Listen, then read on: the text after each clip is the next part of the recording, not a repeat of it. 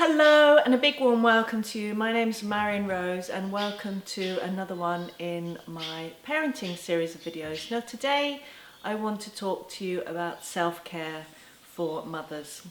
When I put out a post this morning on one of the parenting groups I'm on, I said, what would you like me to make some videos about? And one of the mums said, what did she say? She said, self-care when we feel empty. Now, my passion is about supporting and encouraging mothers to meet your needs, to value your needs, to value your own self-care, because if our tank is empty or getting emptier and emptier and emptier and emptier, it's really hard to give to our children, to give them the kind of connection that they need to flourish. And that's why it's so vital to really care for ourselves. And there are many different aspects to this. I'd love to talk about two main aspects. The first aspect of self-care is really around how we treat ourselves in our thinking. So if we're being harsh to ourselves, if we're judging ourselves, if we're telling ourselves that we shouldn't want to have a sit down, or we shouldn't want to have a rest, or we should be doing more, it's going to be hard for us. It makes things a lot harder when we're judging ourselves or when we're being harsh to ourselves. Self-care, the first part of self-care is actually self-care in terms of how we treat ourselves. And I really want to invite compassion for yourself for this. We've had thousands of years of these kinds of beliefs about mothers, where we put our needs last, or we don't even have needs, or we don't value our needs.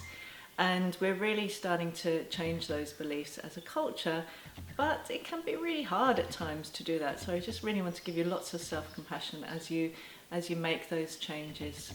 I really want to invite you to just be a bit more self-compassionate. That being a mum is a big thing. It requires so much of us.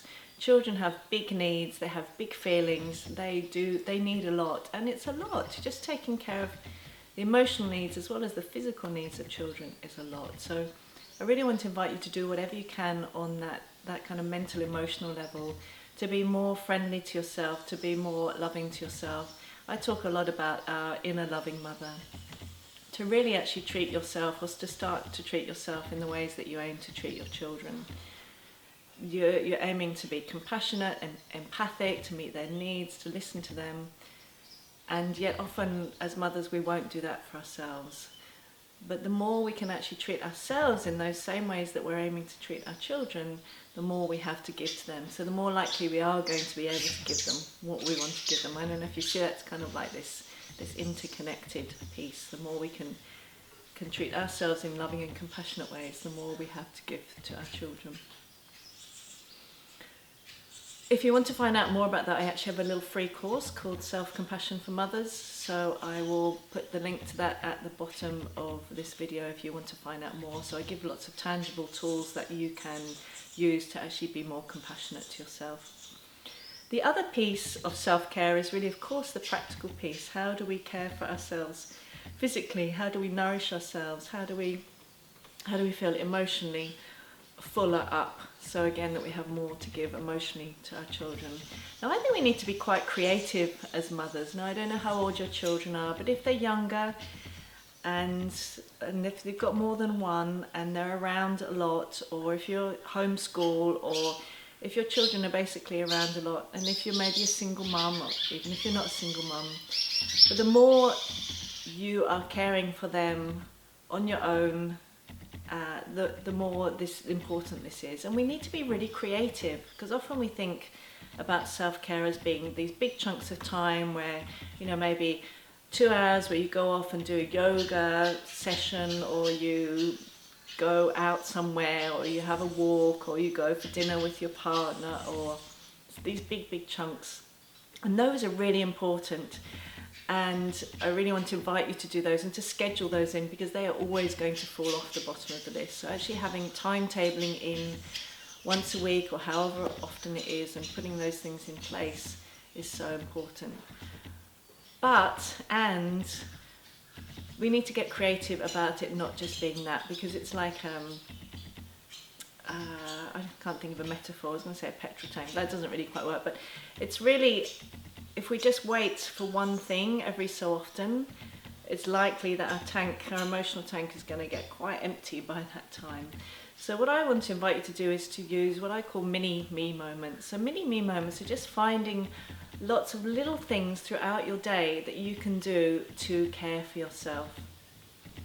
And in order to do that, we need to bring awareness and consciousness to doing these things. So what I really find really helpful is just to the things that I'm doing anyway. So if I'm sitting down for a moment, and I know that may not happen very often, especially if you have a toddler or a small child, you may not be sitting down, but when you do, maybe it's when you're eating dinner or you're having a drink, is to actually sit down and even just take one conscious breath or receive one conscious breath, and just to be aware, I'm sitting down here, and just to really actually feel the feeling of the chair supporting you, and really just feeling I'm supported here, and just actually physically letting yourself be conscious in that moment of being supported.